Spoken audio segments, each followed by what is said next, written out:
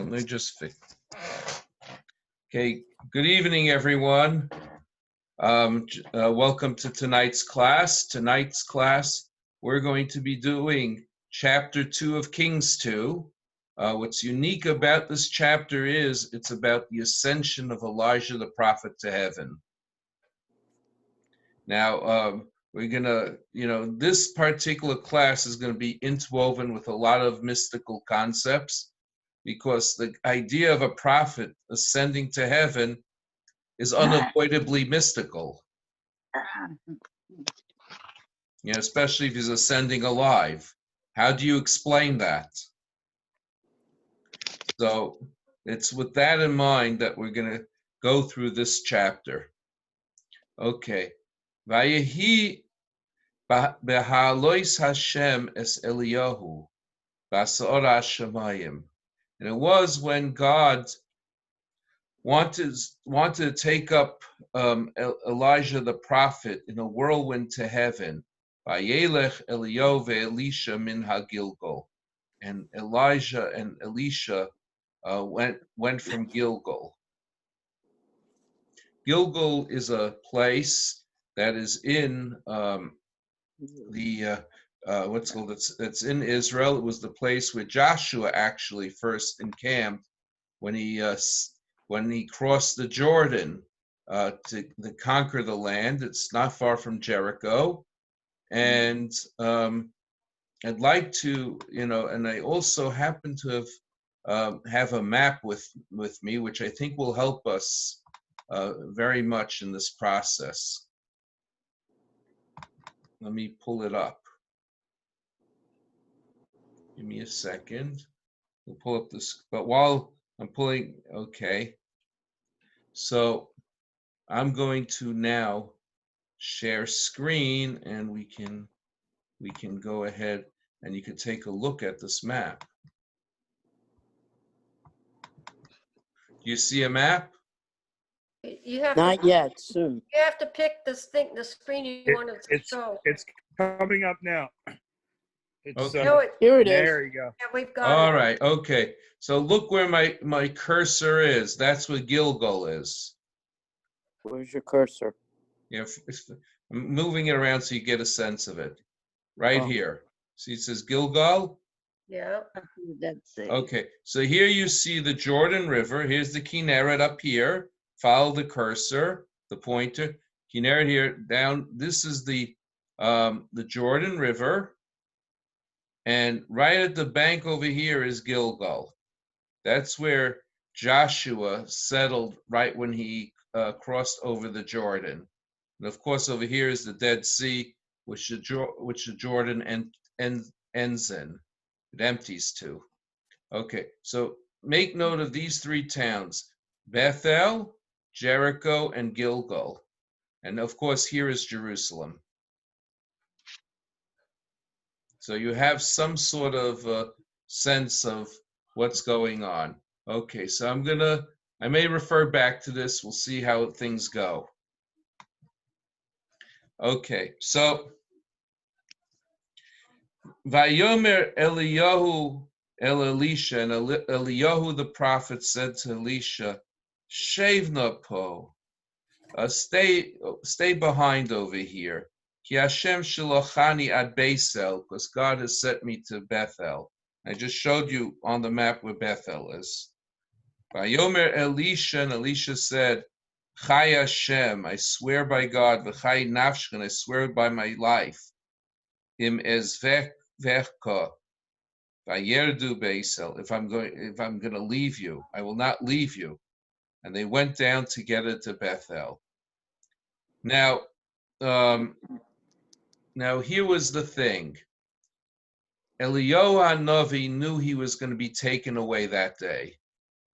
He knew it was the day of his ascension. But he didn't know in which holy city he was going to be taken from. So he was going from city to city to see where it was going to be. The spot wasn't exactly clear to him. And he didn't want Elisha to join him.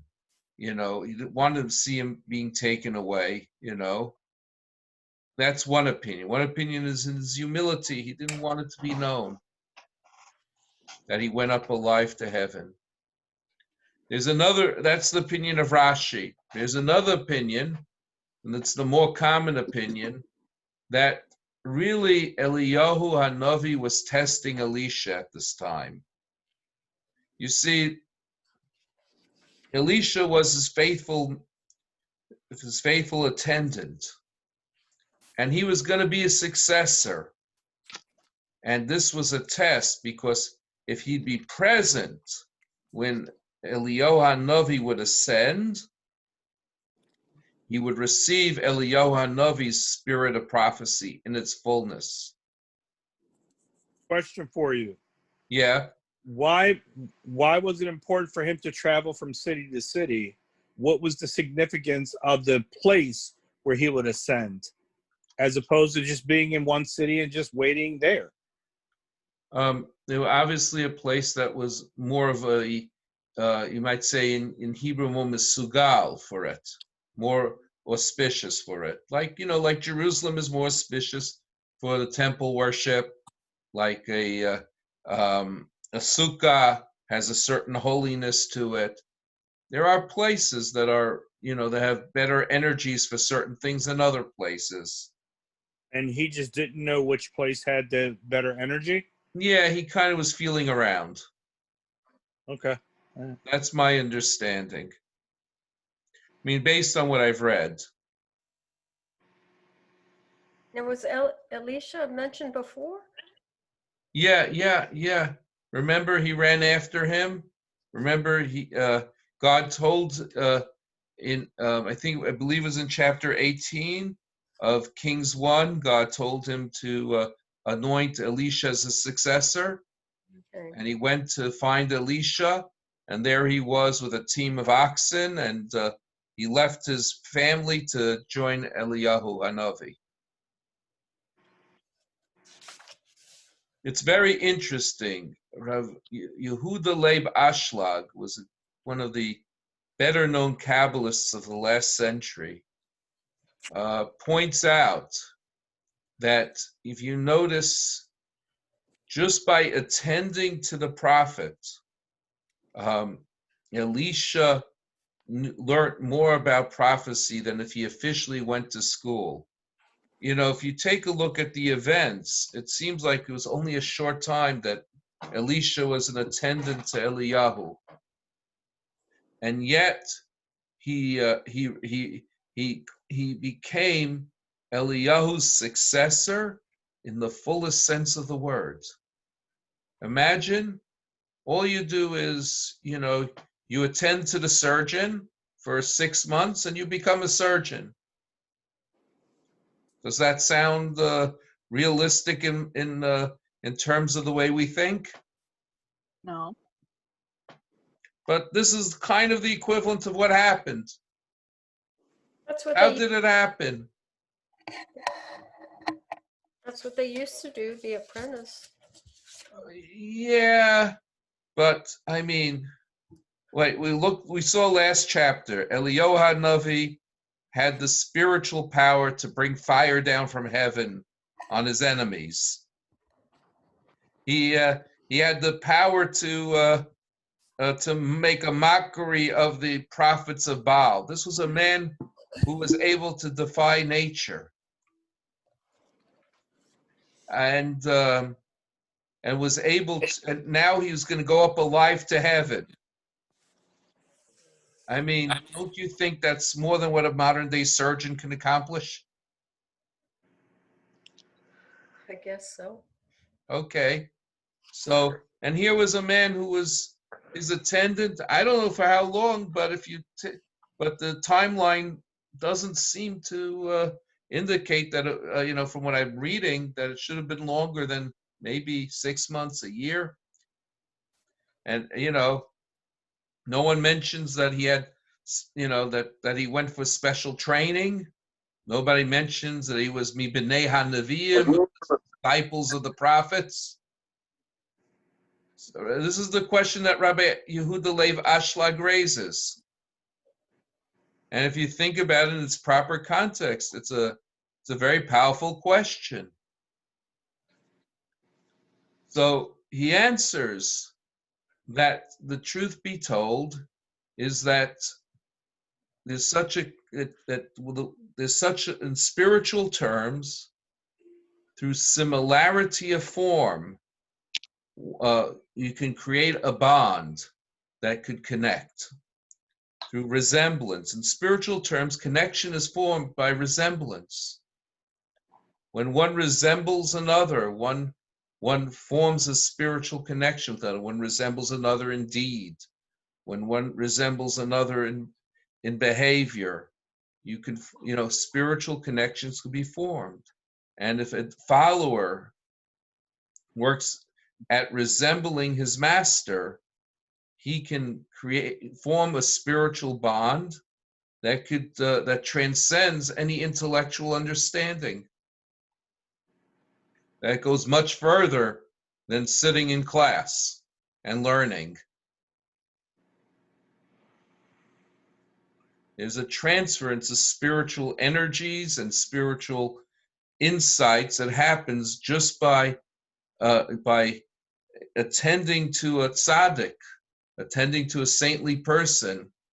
That you just and there's an automatic knowing that comes with that. And through you might say resemblance, through he calls it hashvat atzura, hashvat atzura for those who know Hebrew. An imitation of form, and means to resemble in behavior, in deeds, in thought, and whole character, the one you are serving. When that happens, there's a spiritual transference that's automatic. Isn't that amazing? Yep. Yep. In other words, essentially, you can download. Believe it or not, in spiritual terms, you can download.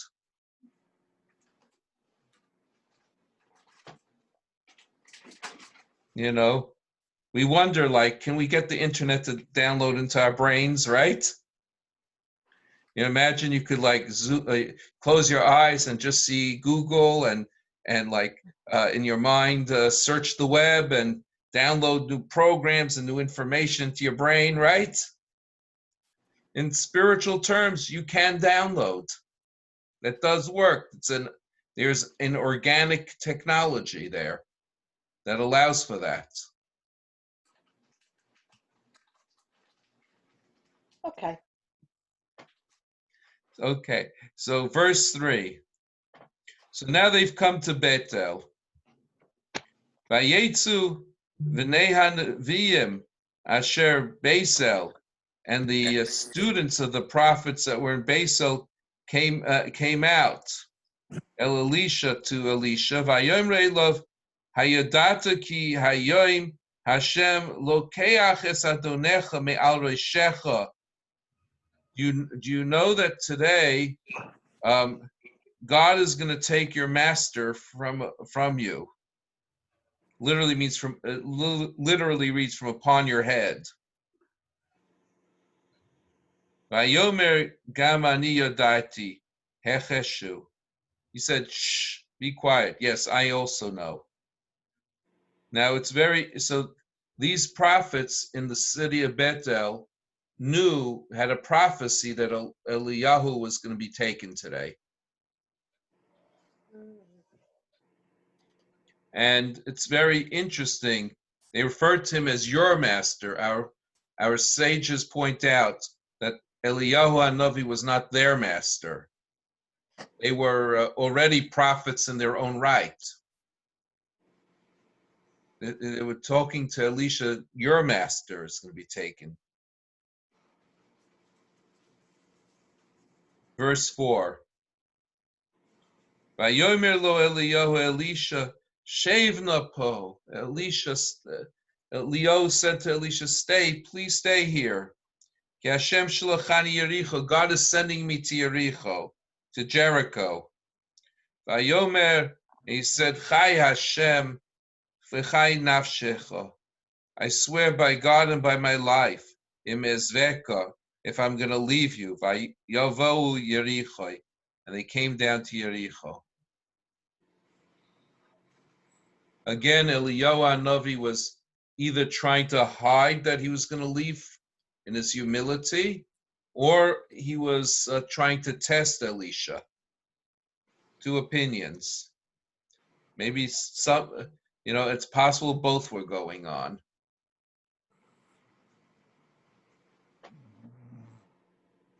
Very often when we have two opinions among our Torah sages, in some way both are true. Vayomer lo Eliyahu, shevna po. Please, and they're in Yericho, please stay here. Ki Hashem shalachani hayardena, because God is sending me to the Jordan. Vayomer chai Hashem v'chai nafshecha. And Elisha says, I swear by God and by my life, im ezveka, if I will leave you. I'm not leaving you. Vayelchu shneim, and they both went. V'chamishim ish mibnei neviim holchu, and 50 men who were disciples of the prophets went.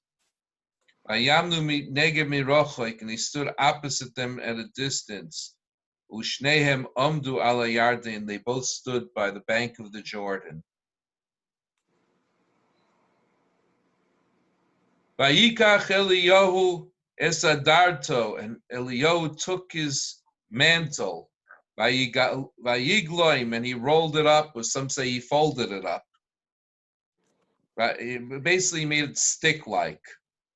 Vayakeh hamayim, and he struck the water, vayechotzu, and the water of the Jordan split, heina v'heina, to this side and that side. Vayavru shneim becharava, and they both passed on dry land. What does this resemble? This is Moshe. That's right. This resembles the splitting of the Red Sea. and there was another time that Jordan was, When that's right, when Joshua crossed it. yeah. All the way at the beginning of the book of Joshua. When Yeshua crossed the Jordan, he split the Jordan as well. So, very interesting, very powerful imagery over here. You see that Eliyahu Hanavi had the power that Moshe Rabbeinu had. He had the power that Yeshua had, in this the power to create miracles. Vayehi ke Avram, and as they were crossing, it was as they were crossing, Eliyahu Omar el Elisha, and Eliyahu said to Elisha, Shalna esa lach beterem elkach mi'imach. Tell me, please, what can I do for you before I'm taken from you? This is the first time he's admitting to Elisha he's being taken. Vayomer Elisha said, Vayhi no pi shnayim beruchacha Eli. And Elisha said, I would like that you give me twice your spirit. I'd like a double portion of your spirit. Now the Zohar HaKadosh, on this week's parsha, the Holy Zohar, delves into the story. It's not coincidental that we're doing this portion together with a Torah portion whose Zohar talks about the story. Very interesting. And the Holy Zohar asks, as you know, the Zohar is one of the central books of the Kabbalistic tradition. It's one of our most mystical treasures. And the Holy Zohar asks, what does this mean? Give me twice your, twice your spirit. Could Eliyahu Hanavi possibly given Elisha twice his spirit? Can someone give double from what he has? If let's say Eliyahu Hanavi has one measure of spirit, can he possibly, and that's all he has, could he possibly give Elisha 2 measures of the prophetic spirit? I mean, how can one give what one doesn't have? You understand the question? Yeah. You know. So the Holy Zohar responds and says, it doesn't mean literally that he wanted twice his spirit. He wanted that in his prophetic career, he will do twice the miracles that Eliyahu Hanavi did. For example, Eliyahu Hanavi resurrected one person from the dead. Elisha wished to double the miracle and resurrect 2 people from the dead. Yeah, we need him now. What? We need him right now. Oh, for sure, for sure. We're no longer on that kind of spiritual level. That's the problem. We lost this when it took a certain spirit, it took the Jewish people to be on a certain spiritual level and the world to be bathed in a certain level of spirituality for these kind of things to be possible. So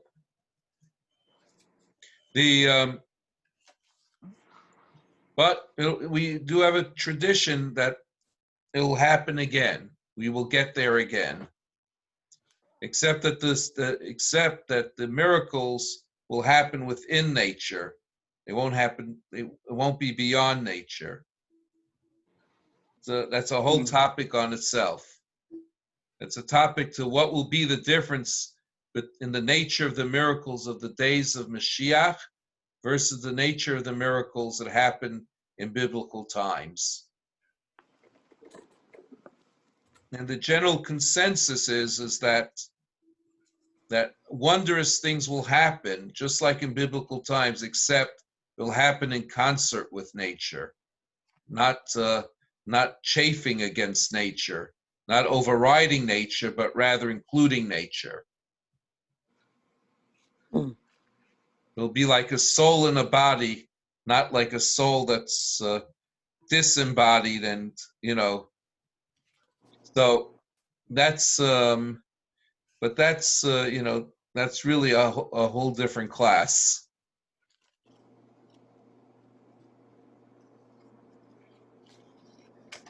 So Vayomer Hikishisa Lisho, Eliyahu responded to Elisha, you've made a difficult request.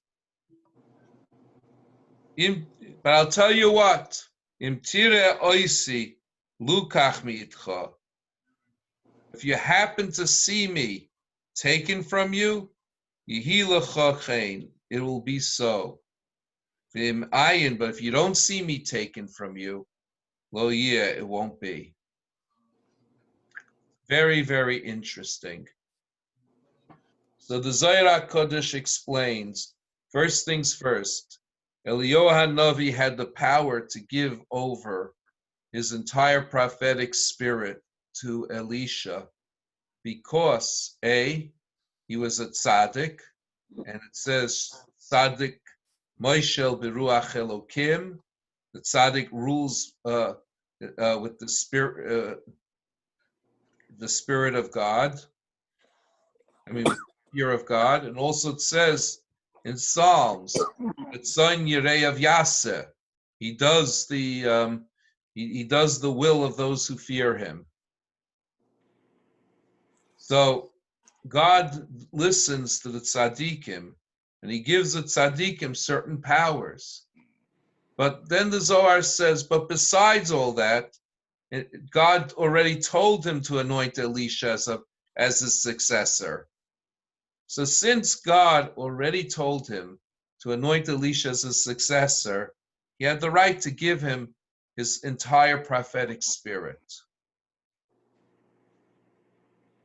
But but how much of it he'll get, that's conditional if he'll be there in the process. You know, it is said that when the Ari Kadosh passed away, the holy Rabbi Yitzchak Luria,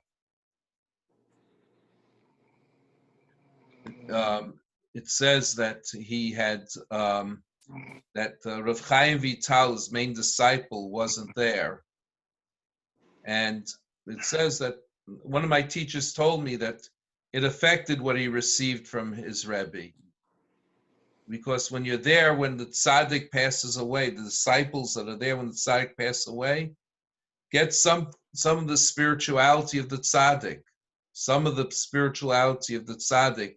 A unique level of spirituality of the tzaddik rubs off on them. So it's a, this is a very important moment of the transference of spiritual power.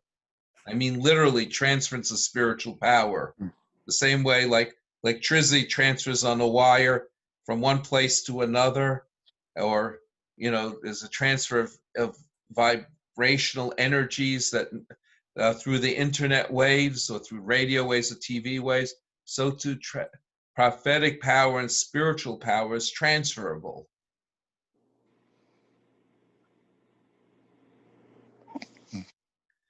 Vayehi Hema Holchim, and it was that when they were going, Holoich v'diber, they were going and talking, and our sages tell us they were talking in Torah. V'hine rechev eish v'susei eish, and behold, there was a chariot of fire and horses of fire. Vayifredu bein shnehem, and it separated between them. And our sages say because they were talking Torah, that's why Elisha didn't get burnt by the experience. The Torah protected him. Vayal Eliyahu b'sa'ora hashamayma, and Eliyahu was taken up in a whirlwind to heaven. Is this the only time in the Bible where somebody's taken up to heaven in a whirlwind? I thought there was something. It's the only time when it's when the description is explicit.